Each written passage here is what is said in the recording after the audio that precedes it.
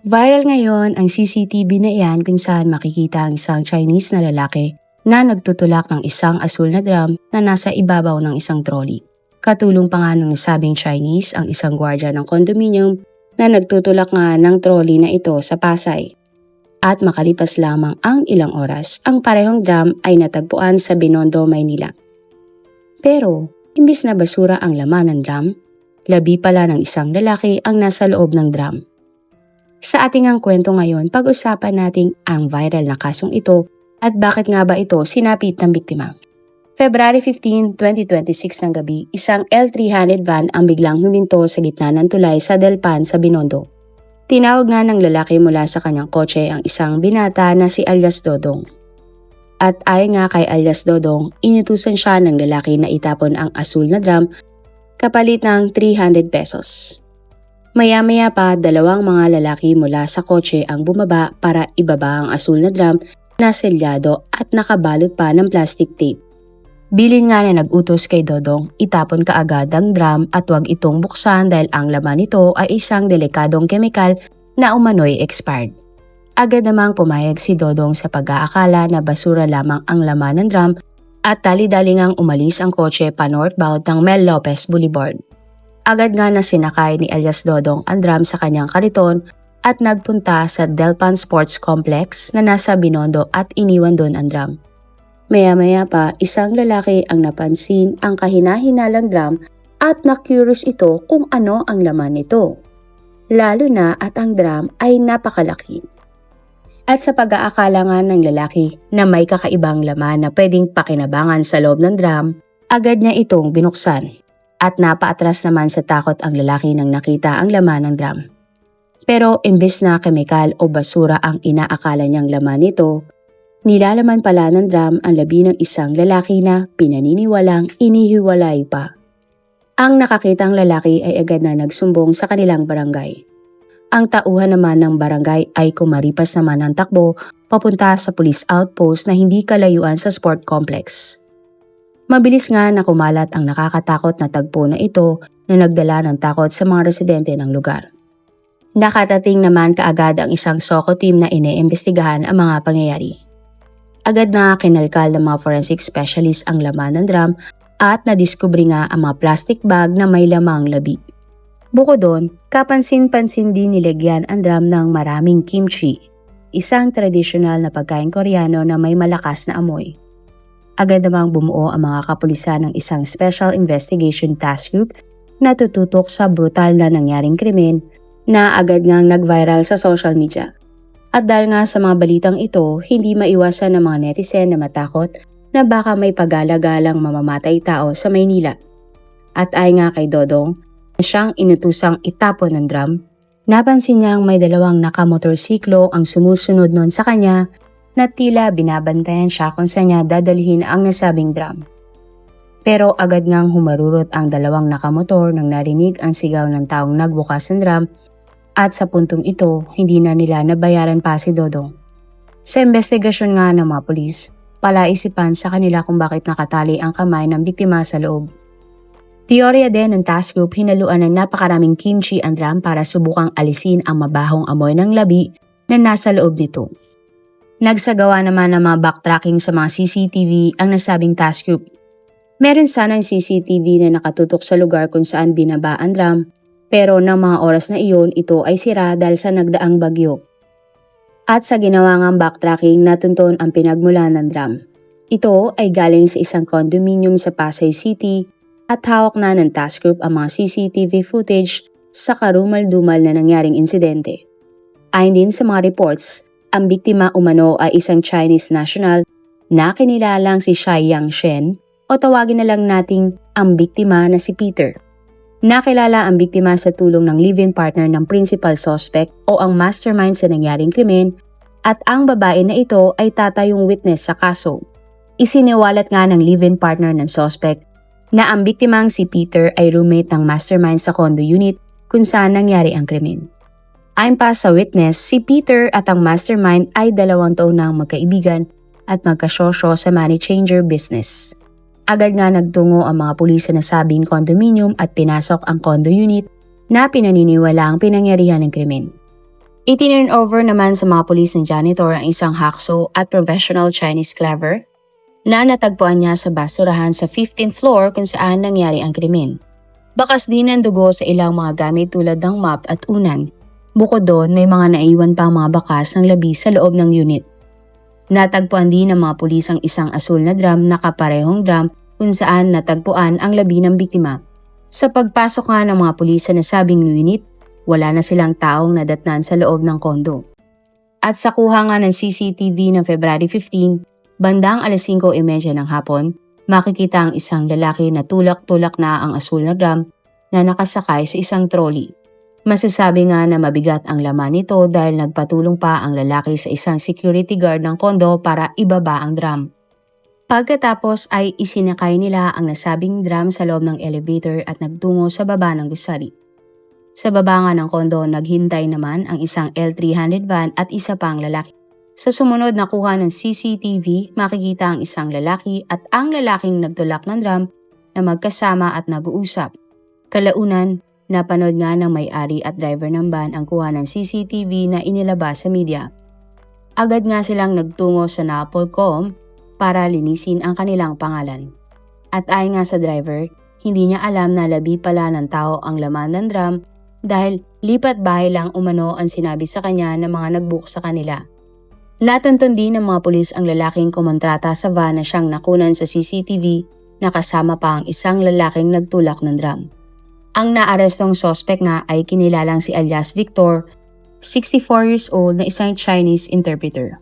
Siya ay personal na itinuro ng gwardiya ng condominium na kasama umano ng primary suspect ng araw ng krimen.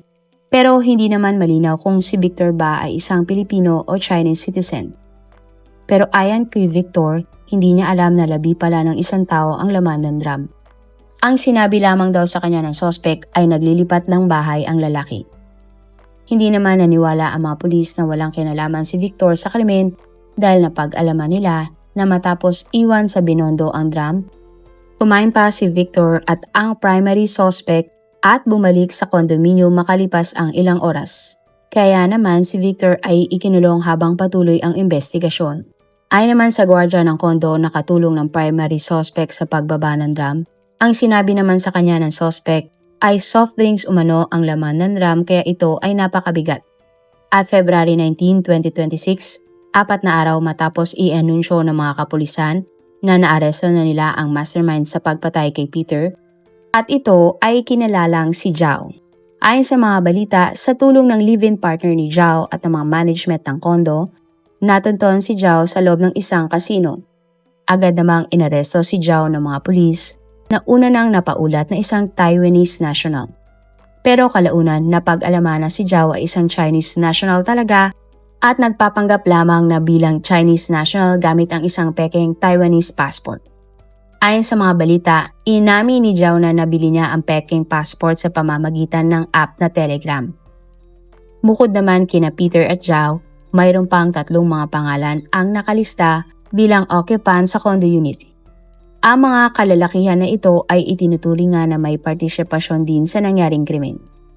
Base nga sa investigasyon, utang ang naging motibo sa pagpatay ni Zhao kay Peter. Ayon sa mga reports, nagiinuman sa loob ng condo unit ang magkakaibigan ng araw ng insidente.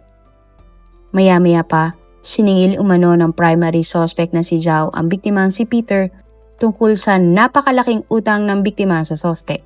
Subalit hindi maganda ang naging pag-uusap ng dalawa na nauwi nga sa sakitan hanggang sa saksakin na ni Zhao si Peter. At hindi pa nga doon nakontento si Zhao dahil pinaghiwalay-hiwalay niya pa ang labi ng kanyang kaibigan at business partner. Bukod sa mga inarestong sina Zhao at Victor, may 4 pang Chinese national ang kasalukuyang nasa at large at pinaghahanap ng mga otoridad dahil may posibleng kinalaman sa pagpatay. Ayon sa mga pulis, inihahanda na nila ang kasong murder laban sa 2 mga sospek para sa pagpatay nila sa biktima na si Peter. Para naman sa ating pangalawang kwento, tayo ay magtungo sa Cainta, Rizal. Sa isang bahay sa San Isidro, Cainta, nagtatrabaho ang babaeng si Maribel Vilma Bascal, 42 years old. Si Maribel ay naninirahan sa Barangay Santo Niño kasama ang kanyang mga anak. Mahal na mahal ni Maribel ang kanyang mga anak kaya handa siyang gawin ng lahat para sa mga ito. At para itaguyod ang pag-aaral ng kanyang mga anak, si Maribel ay nagtrabaho bilang caregiver sa isang Chinese national at ang mga amo niya na ito ay nakatira sa Cainta, Rizal at sila ay ang pamilya Duncan. Ang lalaking amo talaga ni Maribel ang kanyang alaga dahil bedridden na ito. At ang misis naman ng alaga niyang amo ay 80 taong gulang.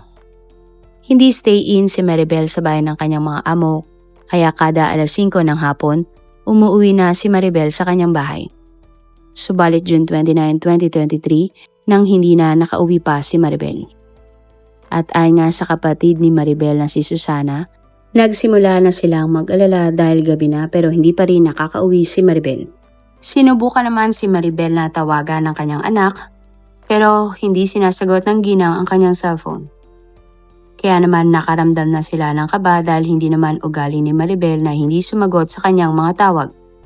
At kapag malilit ngang umuwi si Maribel, nakagawian na niyan tumawag o mag-text para mauna nang kumain ang kanyang mga anak ng hapunan. Subalit ng kinagabihan, ang anak ni Maribel ay nagtungo sa bahay ng amo ng babae sa Brookside Hills Subdivision. At ang nagbukas ng gate ay ang among babae ni Maribel na si Cristina Duncan. Ang ginang ay tinanong ng anak ni Maribel kung nasa bahay ba ang kanyang nanay dahil hindi pa nga ito nakakauwi. Sumagot naman ang amo ni Maribel na si Cristina at sinabing hindi umano pumasok ang caregiver ng araw na iyon. Bagay na ipinagtaka ng anak ni Maribel dahil ang alam niya, maagang umalis ang kanyang nanay para pumasok sa kanyang trabaho. Kaya naman umalis din ng subdivision ang anak ni Maribel. At bago nga umuwi, nagpa siya ng magpa-blatter ang anak ni Maribel at nag-report na din sa mga pulis tungkol sa pagkawala ng kanyang ina. At kinabukasan June 30, 2023, ang anak ni Maribel ay muling bumalik sa bahay ng kanyang amo kasama na ang ilang mga pulis. Tulad ng una, si Cristina ang nagbukas ng gate. At ayon nga sa ginang, wala doon si Maribel at hindi daw ito pumasok simula pa kahapon. Ayon pa kay Cristina, ang alam niya, masakit daw kasi ang ulo ni Maribel kaya hindi na ito pumasok sa kanilang bahay.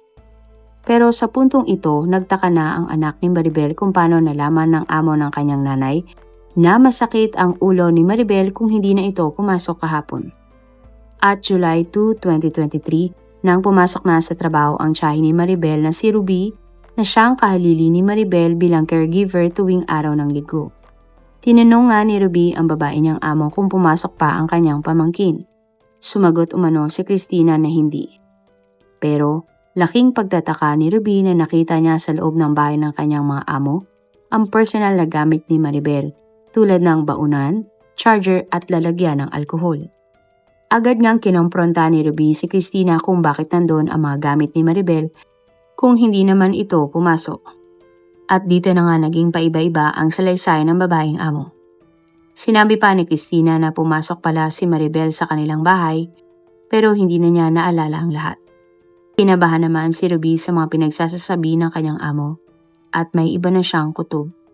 Bukod doon, napansin din ni Ruby ang masangsang na amoy na nagmumula sa bahay ng pamilya Duncan. Hindi lamang si Ruby ang nakakapansin ng mabahong amoy, kundi maging ang iba pang residente sa nasabing lugar. Hanggang sa nakarating nga sa mga pulis ang tungkol sa reklamo ng kakaibang amoy. At July 3, 2023, ang mga pulis ay bumalik nga sa bahay ng pamilya Duncan para siyasatin ang pinagmumula ng masangsang na amoy. Bagamat hinarap sila ni Cristina, hindi niya pinapasok ang mga pulis sa loob ng kanilang bahay. Git niya, sa patay na hayop lamang umano nagmumula ang masangsang na amoy. At sa puntong ito, sadyang mailap nga ang ginang kaya nagduda na ang mga pulis sa kanya. At dito na sila nagdesisyon na pasukin ang bahay at sa loob natagpuan nga nila ang asul na drum na pinagdugtong-dugtong. At nakumpirma nga ng mga otoridad na sa drum na ito nagmumula ang hindi kaaya-ayang amoy. Selyado ang asul na drum. At bukod sa magkakarugtong na drum, tinabunan pa ito ng isang asul na drum. Kailangan pa nga gumamit ng mga pulis ng isang grinder para masira at mabuksan ang drum. At makalipas ang ilang sandali, tumambad nga sa mga pulis ang isang labi ng babae. Agad din namang nakilala ang labi na walang iba kundi ang nawawalang caregiver na si Maribel. Hindi na nga kaaya-aya ang kondisyon ng labi at indikasyon na ito na matagal na itong patay. At sa paglilibot nga ng mga pulis sa loob ng bahay, natagpuan nila ang isang malaking kutsilyo na pinaniniwala ang ginamit sa nangyaring krimen. Karumal-dumal nga ang nangyaring krimen kaya pala isipan nga sa mga otoridad kung sino ang gagawa nito dahil ang mga amo ni Maribel ay pawang matatanda na at ang isa ay bedridden pa. At sa kalagitnaan nga ng mga pangyayari na ito, isang kotse ang dumating sa bahay ng mga Duncan at sinundo nga ang mag-asawang nakatira sa loob ng bahay. Napag-alaman na ang kotse ay binukpala ng anak ng amo ni Maribel na si Kenneth Duncan o mas kilala bilang Kenneth Tan. At ayon nga sa driver, susunduin niya ang mag-asawa para dalhin ito sa ospital.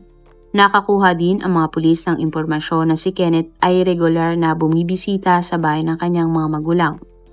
At pinatotohanan naman ito ng tiyuhin ng biktima na si Ruby. At ayon nga kay Ruby, wala naman daw ibang pumupuntang tao sa bahay na mag-asawa kundi ang anak nilang si Kenneth. At dito na nga itinuring si Kenneth na person of interest sa nangyaring krimen. Pinuntahan ng mga pulis ang tinutuluyan ni Kenneth sa BGC pero ayon sa management, umalis na ito ng araw kung kailan natagpuan ang labi ni Maribel. Ayon nga din sa Bureau of Immigration, kumpirmadong umalis na ang lalaking si Kenneth Duncan at nagpunta sa Taiwan ng July 3, 2023 ng umaga. At dahil nga sa pag-alis ni Kenneth, mas naghinala ang mga pulis na siya talaga ang responsable sa nangyaring krimen, kaya naman itinuring na siyang primary suspect.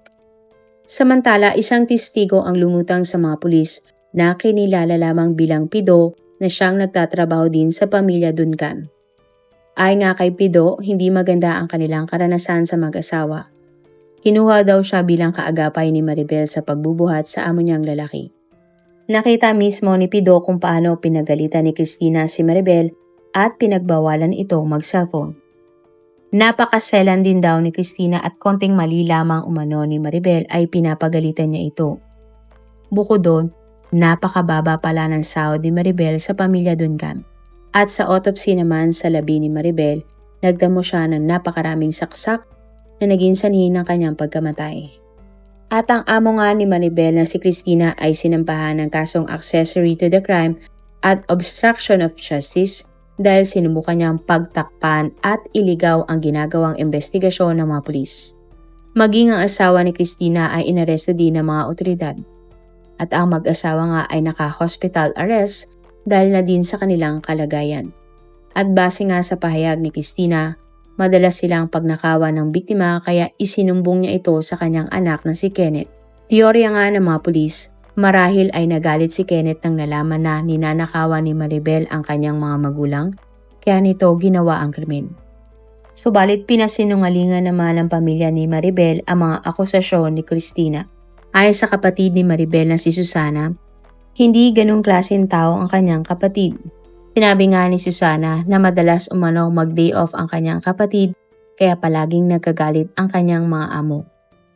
Hingi naman ng tulong si Susana sa isang programa ng senador para sa proteksyon ng kanilang pamilya. At ayon nga kay Susana, may umaaligid na riding in tandem sa kanilang bahay.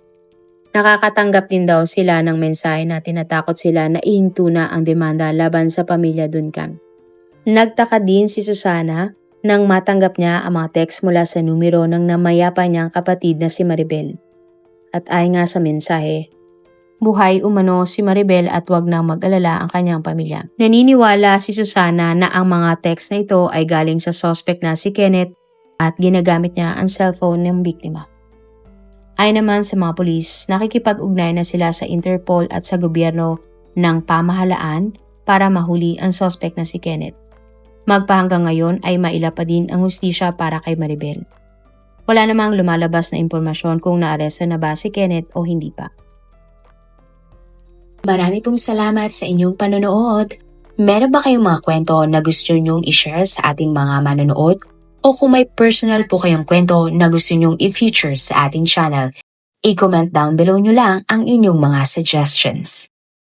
Para naman po sa dagdag kalaman, i-subscribe nyo din po at i-follow ang ating iba pang YouTube channel katulad ng Tagalog Facts and Mysteries by DJ Sean at Manila Boy Wonder Philippines. Marami pong salamat sa pagsuporta nyo sa aming mga channel. God bless everyone!